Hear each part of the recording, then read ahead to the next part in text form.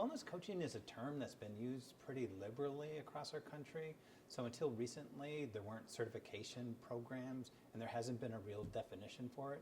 And nationally, there's been a movement towards accrediting wellness coaching and putting more structure to it. So nowadays, when most people are talking about wellness coaching, people are probably referring to a certified wellness coach who has a degree in health sciences, but then also has advanced training in a wellness coach. And then most places that I'm familiar with, either a worksite wellness center has an idea about what their coaching program consists of. Might be 12 weeks in person, might be 6 weeks, might be online. But the idea about coaching is it's based in motivational interviewing and it's based in cognitive behavioral therapy. It's really respecting the person's knowledge of themselves. So you as a healthcare provider might know a lot about nutrition or sleep or stress management, but I know most about my life. And so having that engaging conversation and getting me to identify what are the problems that I'm encountering through your guidance, really helping to build my confidence to overcome them. And then also always giving the person credit for the positive things that they're doing. And that's a little bit different than kind of traditional counseling that we've engaged people with. Usually it's typically like, well, you're not exercising, you're eating too much, you're stressed out, as opposed to, you know what? You're managing a lot of things well. We just want to improve that a little bit. When we've looked at what helps people make behavior change long term, part of it is the knowledge. So I have to know what kind of physical activity I need. I have to learn how much sleep I need to feel rested. But then part of it is support. And a lot of us, when we embark on a health journey, we don't think about who could help us. How can my family help us? How can my coworkers help me? Can a healthcare provider help me? So building that support is predictive of long-term change. And then confidence is one of the areas I've been really interested in. And confidence is really behavior specific.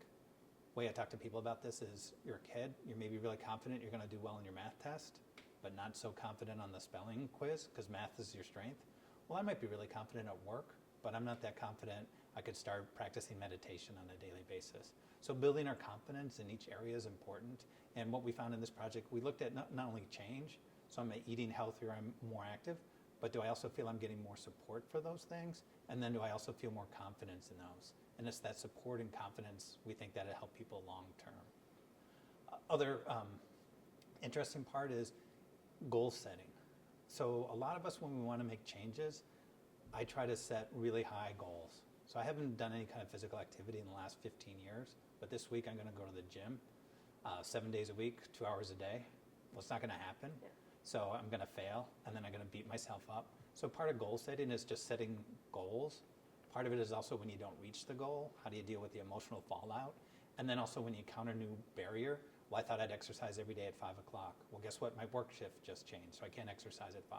So can I adapt to the changing? So we also looked at goal setting skills, and we found that our participants in wellness coaching just got better at setting goals. And we think that's going to be predictive of the healthy life they can have long term. Any of us can be successful in an area for a week, but when you look at what you did that week, can you maintain that change over time? So maybe this week I had good work-life balance, but I didn't do anything at home, so my house is a mess and I haven't gone grocery shopping. Well, that's going to fall apart after a week. So am I looking at the balance in my life and making changes that I'm going to be able to maintain over time? If you're looking to improve the quality of your life, if you're trying to make healthier changes and it's been difficult to do that on your own, just be receptive to working with a wellness coach, and it can provide you, that person can provide you with guidance, look at the strengths that you're having, and help you build confidence and skills for long-term change.